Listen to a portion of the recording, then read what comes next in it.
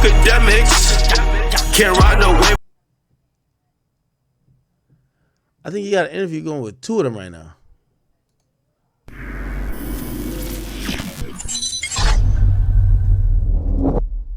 So, as you guys start the sex, what happens then? He just kind of like walking around, watching, kind of instructing her, telling her like to talk dirty and to like switch positions, tell her get up, do this, and then like would be like stop, and she wanted me to dance for her in between us having sex. So we just like set up a little set. Now this is a little bit different, chat, because this is sex with Jane Doe, not Cassie. So this was a sex worker that worked with 50's baby mom, not Cassie. Cut the lights on. She'd be like, tell me to pick 2 songs. She'll pick 2 songs and kind of dance in between. And then he's just like watching, walking around watching and kind of instructing her. He'd be like, tell her to sit down and then tell me to sit down. I'll sit down. She'll dance for me a little bit, kind of just like mixing it up. And he's pretty much just directing her, telling her what to do while I'm dancing for her. Well, didn't Jane Doe ask you to take off the condom? Yeah. And what did you say? I said no. And then she was like, well, could you come on me? So when I came, I pulled the condom off and came on her. Okay. Before that happened, though, what was Diddy doing as you guys are having sex? He was sitting in the corner with his shirt off, and then at one point, like right before I came, he was sitting in the corner. He had his hands in his pants with his shirt off, and he was just sitting there. And then he would get up, and then he'd just be walking around smoking, like sipping a drink, smoking. That's me and her having sex, and just kind of telling her, do this, put more baby all on yourself, kind of instructing her throughout the process. Right, but wasn't he pleasuring himself at one point? Yeah. Okay. So I remember when I talked to Punisher, right? He said that he was given, very clear instructions to not even, address Diddy on any point. Don't look him in the eye. Don't act like he's even there. He said the first time that him and Diddy actually locked eyes was when he was leaving the stand, in court. Was there any of that? Like, don't look at Diddy, don't talk to Diddy, or was this more kind of like? No, when he was walking around, I looked at him. He was like, I'm not even here. But like at the same time, like I know you tried to record when I was first dancing for her, so I'm like conscious of him walking around. And he was like, act like I'm not even here, Okay, so you guys have sex with a condom while Diddy's watching. Yeah. Does he leave before you actually come? No, he stayed in there. He's actually in there. Yeah. Okay, and Punisher told me the exact same story. That basically he would have sex with Cassie, in his case, and right before he came, he'd have to pull out and bust on her stomach. So that's exactly what you did. Yeah. So after you bust, what happens next? I get up and I go into the bathroom to take a shower, and then when I walk in the bathroom, in the tub, it's like this much hot water, and there's like 10 bottles of baby oil in the bathtub and like 5 bottles of Astroglide, and just like floating in hot water. So when I walk in there, I'm like, So I'll stick my hand in the water, and like the water is like very hot. So I was like, they must have just put this in here. And I think to myself, well, I just used like 2 bottles of baby oil. So why do they got this many? Like, what they gonna be doing with all these bottles, So there's just a massive amount of baby oil in that tub. Massive amount of baby oil in the tub. Okay. Well, the one thing Punisher told me that was very interesting. He told me part of the story off camera. But he said that every time he would bust, before he came, Diddy would walk in the other room and close the door. And as soon as he would come, she would like jump up and like just try to hold kind of like the cum on her stomach, like the liquid gold, make sure it didn't spill, and just run into the other room and bring it to Diddy. And what he said that was really funny was that he was actually relieved after watching the court case because he assumed that Diddy was eating it the whole time. And when he found out that she would rub it on his nipples, he was like halfway relieved. He was like, okay, I guess that's better than Diddy eating it, I guess. Oh my God. Do you have any idea what Jane Doe and Diddy did with your man juice after you were done? Well, I finished, I'm in the shower and I'm thinking to myself, like, I just came on, like, she's not gonna come get in the shower, So I get out the shower, and then when I walk out, they're having sex. Him and her are having sex. Okay. Yeah. So I'm like, so she didn't even wash that off of her. Okay. So basically Diddy got your sloppy seconds. Yeah. Okay. How did that make you feel when you saw that? It threw me off, really. Like, I walked into the living room, closed the door, and started getting dressed. Yeah, I was like, all right. Like, I do not it's want to time be for me here to right get out now. of here. Yeah. I mean, were they like asking you to join in? Or? No. No. Like, I opened the door and they in the bed and they having sex. And I'm like, interesting. And I literally just walk out, close the door, and start putting my clothes on. Okay. And they give you what, the 3,000 extra? The 5. I didn't get the 2 yet. Oh, okay. So she walks out and she was like, thank you, we enjoyed that. How much do I owe you? And I was like, 5. She gave me, and then I left. Okay. How'd you feel walking out of there? I was kind of like surprised at the ending, like how he was having sex with her and she didn't take a shower with the cum, but at the same time, I was just like, So he's like, was it missionary? yeah, she was laying down on her back and he was on top of her. So basically, your Yeah. cum juice is rubbing up on his stomach as And he's hers. having sex with her. That's So I was kind of thrown off from okay. that. Yeah, that's a little nasty. Okay. So you walked out and you were like, okay, damn, that was crazy. Yeah. Well, you had a second encounter also, Yep. Like probably like 4 months later. 4 months later. So when they hit you, did they tell you, okay, same couple as last time? Yep. Same client. All right, so you knew what was up. Yeah. So what happens the second time? The second time it was I think in Beverly Hills at a hotel called the L'Hermitage or L'Hermitage. Mm-hmm. And I go up and it's the same setup, but this time they have like a fruit tray, a couple bottles and like pre-rolls on the table. So I walk in and we sitting at the table just like eating out the fruit tray and drinking and talking, and he was like asking me if I wanted a rhino pill. And I was like, what is that? It's like the gas station pills, the sex pills that you get at the gas stations. And I was like, no, I'm good. I don't need that, you know. And then he has he comes back with, he was like, what about the honey pack? And it said hidden vault on it. And I was like, hidden vault. And she was like, it's just honey. So I read it and I'm like, okay, it's closed. It's honey. I'll give it a shot. So I did the honey pack. And you had to put him on the honey pack. That was my first time learning about the honey, if you know about it. No, I don't. What is that? It's like kind of like the rhino pill at the gas station that enhances your sexual performance. You know, just kind of chill, smoke, and still had like the towels laid out. So the same scenario. She already had like a list of songs this time that she wanted me to dance to. Mm-hmm. So I danced for like 4 songs. She got a pair of underwear that she wanted me to wear for some reason. It's like some black boxer briefs. I put those on, I danced for. Same thing, a lot of baby all as I'm dancing, and he's kind of instructing her, telling her to dance, telling her what to say, like speak dirty, you know. And then we did that in the living room for like 30 minutes, then moved to the bedroom, and kind of the same situation, but I couldn't come the second time. Okay, so was it condoms again? Yeah. Okay. Did they ask you not to wear a condom this time? No. Okay, so they already knew. She asked me to come on though, again. Again? Yeah. Okay, so you're going through the motions, but you can't come. Yeah.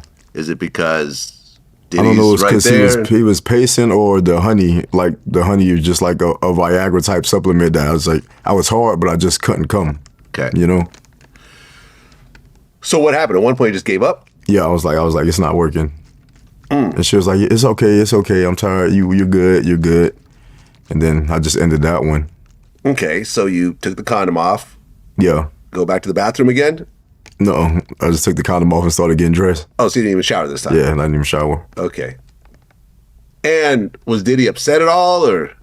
He was like, no, you good, bro, you good. It'd be like that sometimes. But you could tell, like, that's what they wanted, you know what I'm saying? Yeah.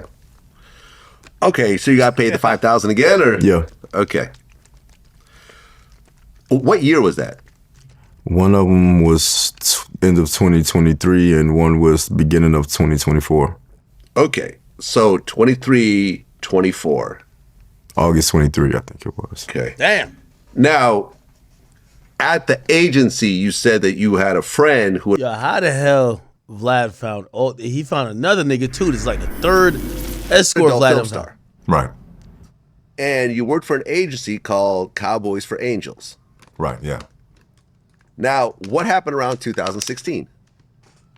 2016, I just moved to Miami from Atlanta, and that's when I got the call for a celebrity client to meet at the one hotel on South Beach, and that ended up being Diddy. Okay, now previous to that, now you did adult films, but were you actually doing escorting, meeting with women, couples, and so forth? So at that point in time, 2016, wasn't doing any adult films. I didn't do that until 2023 is when I started, or 2024. So to that point, it was just, I had a job as a market development manager for a small startup company, and then I ended up getting into the escorting business just by way of modeling. Somebody hit me up off Model Mayhem. It looked like spam. First name Garen, last name Teed. Pitched this idea of being a gigolo. Had no idea what that was other than Deuce Bigelow, Mel Gigolo. So, but ended up getting into that, and it was just dates. Go on a date with this older lady and just tell her she's attractive and this is a great time and compliment her, and that's all it was.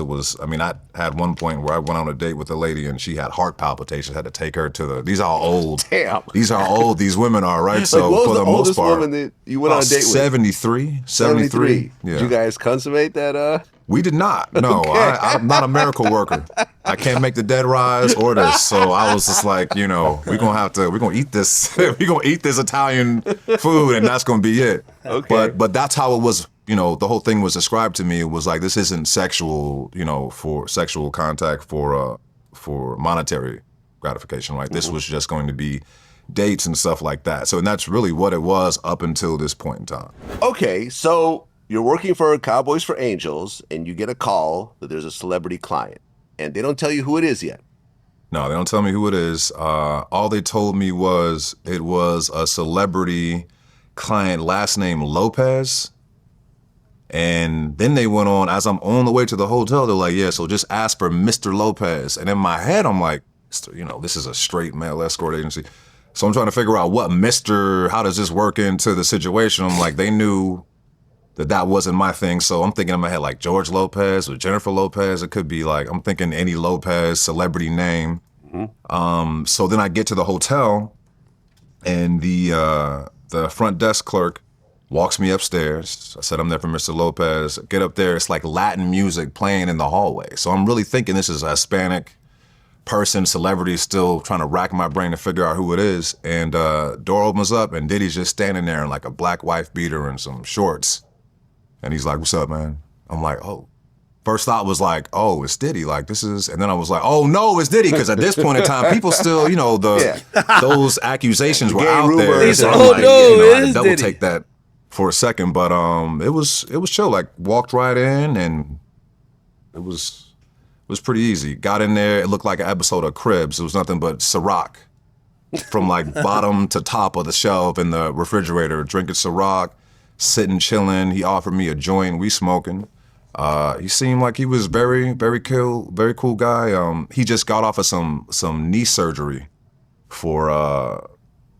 and was doing some type of commercial about his recovery at that point in time. So all in all, when this very beginning, it was more so very chill, just kind of hanging out, smoking, chilling. Not until like a couple hours into that did he tell me like, oh, what were you doing tonight? And you're about to have the best Valentine's Day of your life. And then Cassie walks out. Okay, so Cassie comes in red lingerie. Mm-hmm. And you knew who she was right away. Immediately. I'm a year younger than her. So I grew up with the Me and You song and stuff. I'm like, okay, this is crazy. I don't believe that I'm really here right now, but let's see where this goes. So. Okay, so then the two of you started to talk. Yeah, we started talking. He left the room for a second, and mind you, when I got in there, I didn't really know what was gonna happen, but I just noticed like there's a lot of towels, white towels on all the couches and the furniture and stuff. There's a red light over in the side. They're playing like, some very vibey music. And there's like a ton of baby oil, like scattered about everywhere, like more than any one man should have, and especially in a hotel room, right? So he had got up and left, and I'm looking at her. I'm like, I made the joke like, there's so much baby oil and candles in here. Like, one wrong move and we all gonna die. We all gonna blow up in this thing. So, but she was very communicative in the fact that she was joking and very playful with me. She told me that she picked me from the site, and it seemed as if this was something that they'd been doing for some years. They said they'd been doing this for a while too. So as far as like the vibe of the night, I took my cues from them. They pretty much knew exactly what they wanted. Again, felt like they'd done this before. And that's pretty much how it started out. So this sort of talking and, you know, sort of intimate kind of conversation, that lasted for hours. Yeah, I mean, I was initially supposed to be with her for about 4 or 5 hours. I got paid as soon as I got there. And I'm thinking, again, up to this point, a lot of what I'd been doing was just hanging out. And at that point, yeah, it was 4 or 5 hours into it. I thinking I'm about to go home, and then all of a sudden he was like, "All right, you know, we're gonna turn this thing up a little bit." The music changed. More baby oil comes out. Baby oil and KY. I'm like, who got this? You know, it's baby oil and KY comes out. It's heated. They've been heating the baby oil the whole time that we talking in the tub, right? So this was like they kind of knew what they were doing. I'm still trying to figure out what's going on. Yeah, that's when it kind of started off. He was more so wanting us to just talk to each other. You know, his whole thing is like being very verbal. So he was in the kitchen in the dark with a bottle of Ciroc. And we're sitting on the couch, and he was like, "What do you like about him? You picked him from the site. What made you pick him from the site? What do you like about her?" You know, he was more so, he wanted us to talk and act like he was not there at all. So that's kind of how it progressed. But it was a very long progression over the course of hours and hours. Right, because at one point he said, "It's the love hour."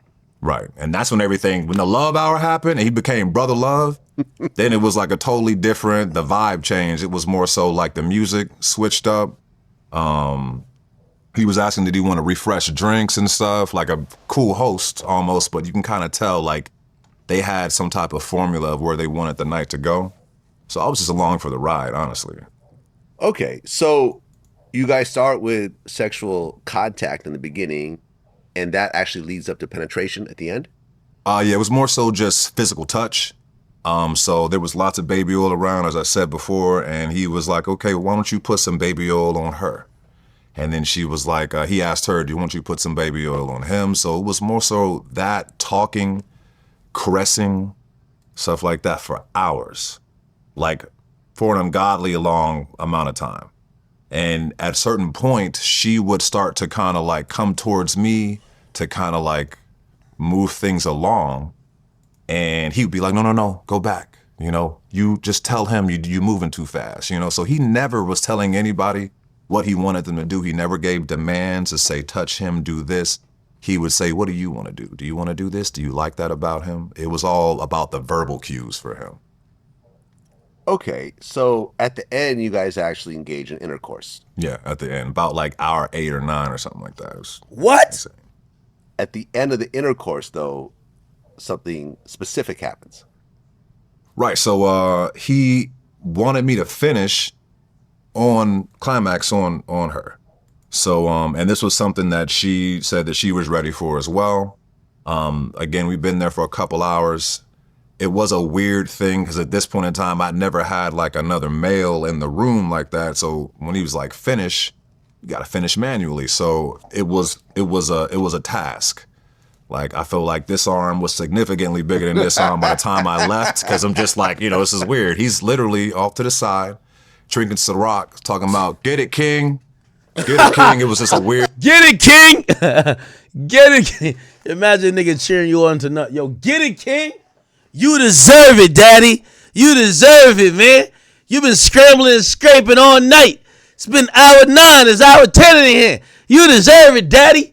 Get that nut. Pause. God damn. Couple hours. It was a weird thing because at this point in time, I'd never had like another male in the room like that. So when he was like, finish, you got to finish manually. So it was a task. Like, I feel like this arm was significantly bigger than this arm by the time I left, because I'm just like, you know, this is weird. He's literally off to the side, drinking Ciroc, talking about, get it, King. Get her, King. It was just a weird, you know, he's in like this. So I'm like, all right, this is surreal. But so I finish, and my thought process is, you know, they were getting up to go take a shower because we were in the living room, and they were going to go back to their back room. So when she got up to go to the back room, I didn't think anything of it. You're not going to use these KY Johnson & Johnson towels to wipe that off, right? So I'm thinking you're gonna go to the back room. So it never crossed my mind what they were doing back there. Had no idea that she was finger painting on his chest with, you know, so. Your man juice. Yeah. Yeah, what was funny was when I had Punisher on my show, and the exact same routine, right? Have sex, pull out, bust on her, and then she would like run off in the other room, you know, with it. Because a lot of times with him, like Diddy would go in the other room before they finished, and she would like go to him and close the door. And he said when he watched the trial, and when she said that, you know, that he, you know, she would take the cum and rub it on his chest, he was actually relieved because he thought that Diddy was eating it. I don't know if I'd be relieved. I'm probably equally as terrified from both of those things, right? I'm like, there's no way this is a good scenario. It's all But, bad, no matter how you do it. It's a lot. I found out just like he did during the court process, and I'm reading this transcript with my girlfriend, and she's like, he did what? So it was like we were all blindsided by that. I never got that vibe from him, you know, that this was something that he was, to me, it was just, he's all about the visual. He wants to watch. I didn't know they were engaging and stuff in the back room. When they would leave, he would be like, all right, bro, you can go ahead and order room service and smoke. And, you know, if you want to leave, you can leave, or I'll come back out and we'll hang out for a second, and then maybe we'll do another one. But, you know, this is like 8 or 9 hours in. I'm not trying to do nothing else. So more times than not, it would just be wrapped up after that. Damn. Get it, King. Get it. Nuts. That nigga did one more. I ain't watch these yet. Yo, chat, we just kind of chilling. I'm gonna chill till 8, bro. Like I know, like it's a holiday week, and I'm still trying to put a little streaming hours in. Don't be like, damn, Ak, you just watching videos today. You know I be scrambling and scraping for y'all, chat. Pause. You know I deserve it. Chill. Nah, but it's July 4th. Let me chill a little bit. I'll stay on till 9, and then I get off and shit like that. You know, just trying to keep the streak going. I think we're on day 5. I think so. Get me? Again, I'm trying to figure out the particulars because I'm about to go on vacation, chat. I'm trying to figure out the particulars how I could stream like an hour a day during my vacation. An hour a day. It's like an hour a day type shit. You feel me? But yeah, just, you know, I know we have a high standard for streaming. Just give me a little break. We just finished a big trial. You know, it's the 4th. I'm sipping a little bit. I told you I don't got no friends. Nobody, I ain't gonna lie, I swear, nobody invited me to a cookout today. That shit was crazy. Niggas do cookouts still? Not one invite. Like, yo, bro, what you doing today? Not one. I don't know what's going on. My phone look dry. I have to check my other phone. I ain't get invited to nothing. So I said, I'm gonna just get on stream, man. I'm like, nobody love me but the chat niggas, man. Yo, you ever feel lonely? I'm like, ain't nobody love me but the chat niggas, man. Let me get on stream real quick. I'll watch some videos with y'all. It's all good. It's all good. Okay, so you got paid $3,500, and they booked you 2 more times. Yeah, they booked me 3 more times. One of those times, I came over and I got off the elevator, and he pretty much met me at the door and was like, hey, she's not feeling good right now, so we're gonna scratch this and do it like a different night. I'm like, all right, cool. So.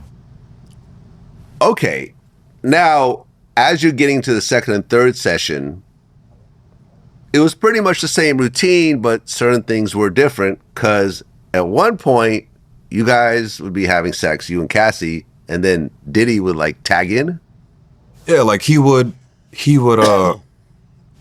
so we'd be engaging, and he would be like, all right, King, like I'm about to tap in right now. And then he would say, go over there. So I would go over there, and then he'd come over, and then they would engage in their own passionate intercourse, which wouldn't last too long. And then he'd be like, all right, I'm good, come back over. And he'd go back over to where he was, and then I'd sit there, and yeah, he kind of switched off, but he never wanted me around him, which is why I thought that the gay accusations were a bit much, because knowing him as long as I've known him, right, I never got that vibe from him.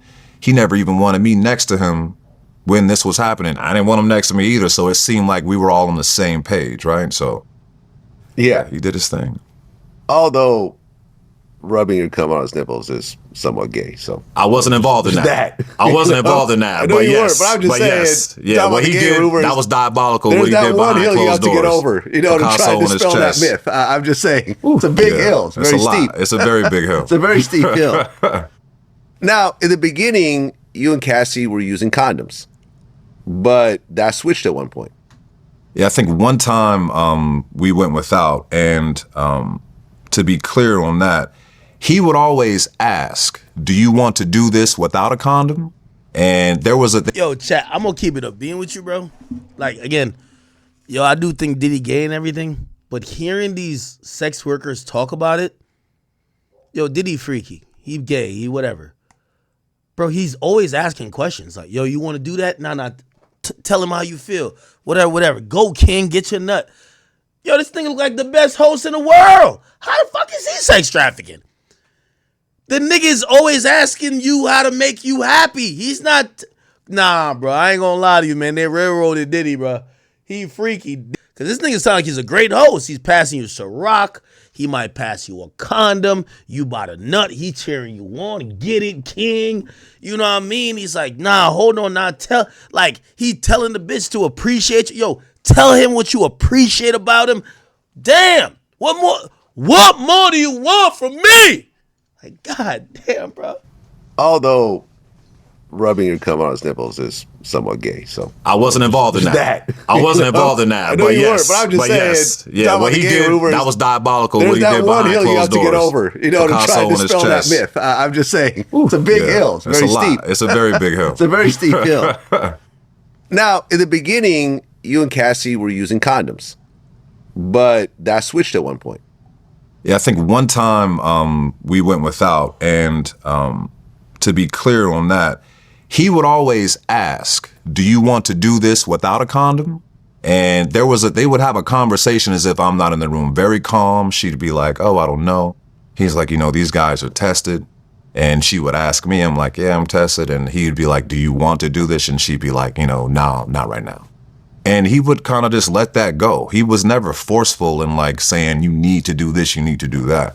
So, and I think one of the times out of the 4 was one time that we did engage in intercourse without protection, but it was very quick. She came to me and started that process and looked to him to see if this was something that was like cool to do, and he kind of gave a head nod, and that's what it was. In the words of Cameron, how's the pussy? How do you think it was? It was great. It was great? It was great. I was singing "Me and You" in my head the whole time. Oh, shit. Ding, ding, ding, ding. Yeah, I think Cassie was tight. I'm going to be honest with you. I think most of these niggas could nut, not only because Diddy was walking around him jerking off. Man. Yo, now they got surgeries and shit that could address that, but, shout out to Cassie, though. We ain't trying to shame her. No type of shit like that. Here's the other nigga. That other guy, the third guy, he funny. The last one we just listened to, he funny. I could tell he like joking wise, he funny. This was like maybe like 6 months later, 9 months later, something like that. Yeah. When you heard about the lawsuit, what did you think? It kind of like blew my mind. And then like when the lawsuit came out, like all allegations came out, and there was like 3 friends I told about the situation, and they called me instantly, and they're like, "Man, Rico, remember you telling me about that all situation and like sending me the links?" And I'm like, "Man, this is crazy," But I never thought it would come to me, and I started getting calls from the Federal Bureau of Investigations, the FBI, started calling me, saying they wanted to talk to me. And I had a friend that was an attorney, so I called him, and he was like, "Well, you don't have to talk to them. They don't have a subpoena, this and this." So then like 2 days later, they called me. They was like, "We have a subpoena, so you got to talk to us." So I just avoided them. Like they was calling me, trying to meet up with me, and they knew I lived on Sunset. They was like, "We're here on Sunset. We just want you to talk to you for a second." So I avoided them for like 5 months, and then I was promoting an event I was working for, and I posted on social media. So I go outside. They're like, "Rico, someone's outside," and I think it's just one of my guests trying to get into the event. And when I go out there, Like the guy pulls up a phone and start recording me. Like he hands me a letter, and as he's handing it to me, I grab it, and it's like a long line of people outside and the producer for the show. When I grab it, and he pulls out his phone, and he was like, "You're set to be here in the pier." He pulled up his shirt and showed his badge, and was like being like loud about it, and like I knew exactly what it was once he started doing that. You know what I'm saying? Okay, so now you have an actual subpoena. Yeah. For the grand jury. Yeah. Okay. Now, did the Diddy house raids already happen or no? Yeah. Okay. So you now know that things are getting more and more serious. Real. Right. So the Diddy house raids happen. The Cassie lawsuit has been settled, but everyone got to read through all the craziness in it. And did the Cassie video come out yet or no? It was like just beginning. Like that stuff was just beginning to come out. Okay. When you saw the Cassie video, like the hallway, Intercontinental video, what'd you think? I felt like that was bad. Like I felt bad for her, and like felt bad for being around someone that ruthless that would do that to a woman. You know what I'm saying? Like, yeah. I mean, before the video came out, he had a whole Instagram post like, all these lies spread about me. I will protect my name and my family. They're all false, whatever. Then that video comes out, and then he did he's like, yo, I'm fucked up. Yeah. I was in a dark place. Should have said that at first. Right? I know, right? So the video comes out, the lawsuit, has been settled. The house raids have happened. I mean, when you heard about the house raids, when they raided both his LA and Miami home, did you think at this point, okay, things are really getting serious? Yeah, I did. But at the same time, in my head, I was like, I didn't let him record any of me, so I wasn't really worried. So I didn't think I had anything to worry about, Right. But now you have an actual subpoena to go to a grand jury. Where was that? In what state? New York. In New York? Yep. Okay. So what was the grand jury like? I actually did it on Zoom, so it was like me and like 8 people. It was me, my lawyer, I guess, like the DA and like 7 jurors, and they just questioned me about what happened and everything that went on. Kind of told them the same thing, and was asking questions like, did I feel forced, or did it feel like she was forced, or was there any drugs around, like kind of stuff that could lead to something, Right. And I mean, based on what you said, you weren't forced. Yep. Did she seem like she was forced at all? She was chill and enjoying it. I didn't feel like nobody was forced in the situation. Right. And there really were no drugs. It was just... How the hell did they get an indict? Well, they always say you could indict a ham sandwich, chat. Remember, let me break this down one more time for y'all, chat. To convict someone at trial is the highest burden of proof required in the land, beyond a reasonable doubt. Okay? For someone to, beyond that is going to be a search warrant. A search warrant is, you have to have extremely strong probable cause. This is why they use Lil Rod, Ronnie Jones, because he knew where things were going to be. And it's not only to say, I think this nigga's doing a crime, let's go in his house. You need to know what you're going to find in the house, where it's at, and what you reasonably expect to help give you to help prove your case. Okay. So we're going down how easy shit is, right? Then beyond that, right, that's still in the probable cause realm, but that probable cause has to be signed off by a judge. So a search warrant, you need probable cause, but a judge has to approve it. Okay. Then you need, let's see what else you need probable cause for. Okay, probable cause to search your car. Don't need no judge. Yo, we smelled weed. That's usually good enough, or they could bring a dog. Like if you're in a car, there's actually a lot more different rules when it comes to like cars, because it's still the Fourth Amendment right. They could run up in your car. They don't need a judge. They don't need a judge. When it comes to a house, they always need a judge. Your car on public roads, they don't need a judge. Okay? What else is probable cause? Right? I'm trying to think.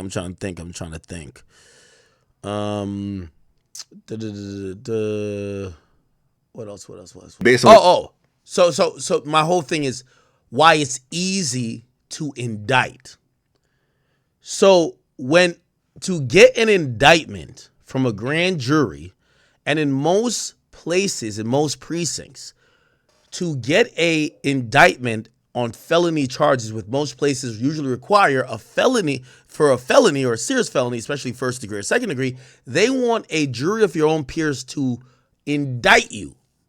What does the indictment means? There is a probable cause that a crime was committed by that person. Now, there's a saying, a grand jury could indict a ham sandwich. Why? The grand jury only hears, in most places, from the prosecutor. So it'll be 23 people. I think it's the same in New York. And 23 people, they will link up. They're reviewing evidence. The jurors are able to ask. So I don't know if it works. I think it does work the same federally. So a grand juror was able to ask him a question like, yo, bro, did he ever grab you by the neck? And, so they were able to ask questions, a Q&A damn near, right? The prosecution is almost just guiding the evidence. This is why it says it's easy to indict anyone, because there's no pushback. When we heard all this Diddy shit, there's no pushback in a grand jury hearings. They're just kind of laying it out. Maybe they talked to some of these guys before and knew like, all right, you going to say some shit that the grand jury ain't going to like. We're not going to put you in front of the grand jury. We want to put a narrative there. So the grand jury has to vote, and the indictment in most places, except the Commonwealths, like, for example, Pennsylvania and a couple other places, they might have different percentage. Sometimes it's 66%, but usually it's over 50%, which means that's what, if I say 23 people, you just need, and by the way, the grand jury listens to many different cases. They'll convene for maybe 2 to 3 months. They'll listen to mad cases and they'll vote. And usually if we're going on the 51% rule, as long as 12 out of 23 votes probable cause is there to indict, a true bill of indictment comes down. Okay? It's an easy way to take accountability off of the DA, off of the investigators. It basically says a jury of your peers, a grand jury of your peers, says you should stand trial. Okay, so let's keep going down. And so that's how Diddy got indicted. But the more I'm hearing this, I'm like, how did the nigga get indicted? Because all the sex workers are saying it's consensual. No one is saying it's non-consensual, but Cassie Jane Doe. The least, and hopefully when I'm like kicking my shit a little bit, hopefully you could understand and take this. It's law for most places. You might have to specify. It depends on where you live at, because trust me, there's so many different places in New York. He's up there barking up a storm. Prince think he's beefing with an inanimate object. He just sits there and like barks at it the whole time. I can hear this motherfucker. I got him out there with Pluto. That's his son. Pluto got to teach that nigga, like, shut the fuck up. Anyway, so the lesser thing is reasonable suspicion. Reasonable suspicion is what is a very low level suspicion, but it's reasonable suspicion that a crime has been committed or was about to be committed. Usually in most places, that's where people could ask you for ID. That's as much as they could do. They could stop you and they could briefly detain you to ask simple questions, okay? And when I mean briefly detain you, say, hey, listen, not put you in custody in cuffs. Hey, could you identify yourself, sir? We got a call that there's a 6'5" guy who's black wearing a white t-shirt that just broke into a house. You look like you're over 6 foot. You got a white t-shirt. Could you show us some ID? That doesn't mean somebody's getting arrested, but that's the lowest level of investigation, right? Reasonable suspicion could be someone made a 911 call. Someone made an anonymous report.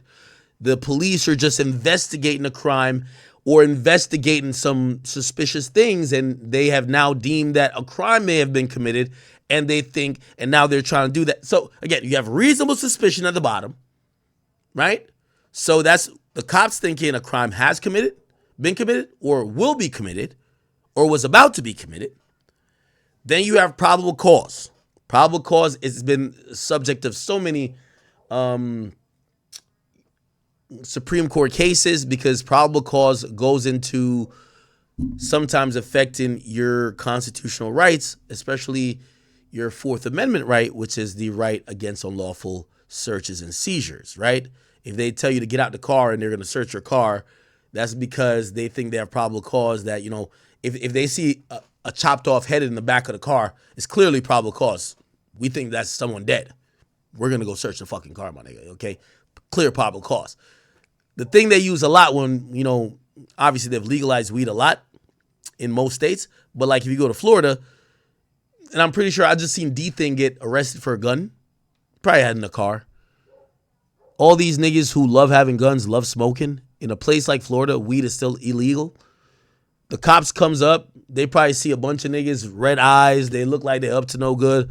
All the cop gonna do, kind of lean in, say he smelt weed, say he want to search a car or go get a dog, and they're going to go get the probable cause that there's weed in the car. They search a car, they could go find your gun. You know what I mean? So you have reasonable suspicion, probable cause, and when you get to the court system, it's beyond a reasonable doubt. But the sad thing about the grand jury process is that it still deals with probable cause. It's on a slightly higher level, but not that much. So put it like this. The same probable cause that a cop said, oh, I think I smelled some weed in your car, I got to search it, is the same around the realm probable cause that ends up being you getting indicted and having to be locked up for like a year and potentially go to jail for life. Ain't that a bitch? Because a grand jury indicts on probable cause. That's it. Sorry for the spiel, but I'm a little lit. But that's my wannabe legal ass trying to put y'all in some game. And they just questioned me about what happened and everything that went on. Kind of told them the same thing, and was asking questions like, did I feel forced, or did it feel like she was forced, or was there any drugs around, like kind of stuff that could lead to something, Right. And I mean, based on what you said, you weren't forced. Yep. Did she seem like she was forced at all? She was chill and enjoying it. I didn't feel like nobody was forced in the situation. Right. And there really were no drugs. It was just like It was just weed, alcohol, yeah. Exactly. And then just the various, And quarter store pills and honey and whatever else, right? And baby oil. Exactly. Were you worried that you might get charged with prostitution at that point? Yeah. Okay. And what do they say about that? They just told me as long as I just tell them what really happened, I won't have nothing to worry about. I mean, during this grand jury process, were any of the other, escorts that were part of this agency, were they part of it as well? Like some of your people were also part of this grand jury? Yeah. Okay, so you guys like talking with each other, like, Yeah. yo, I'm about to go, Yeah, and you yeah. going, and so forth. So Yeah. how many people did you know that were part of this grand jury? 2. So 3 of you total. Yeah. And how did everyone feel when you guys were talking to each other? Kind of just like nervous that there would be consequences for us and wondering what the turnout was going to be. And like, we didn't know at the time that it was going to be released. So like, none of us was really saying anything about it. Were they saying they're going to actually put you on the stand? They said it's a possibility. Okay. How'd you feel about that? I didn't want to do it, but if I had to, you have to, Did any of the other escorts that you do, the other 2 guys, did they ever took the stand? Yeah. Really? Yeah. Which one? Punisher. Oh, you do Punisher? Yeah. Aha. Okay. How do you feel about his whole penis implant thing, by the way? That was a question you're asking, Vlad. How do I feel about another man penis implant? Hey, okay, so maybe all these 3 guys, so him, Punishers, they're from Cowboy and Angels. I think this guy, Don the Dealer, is probably his too. Interesting. Interesting, Chad.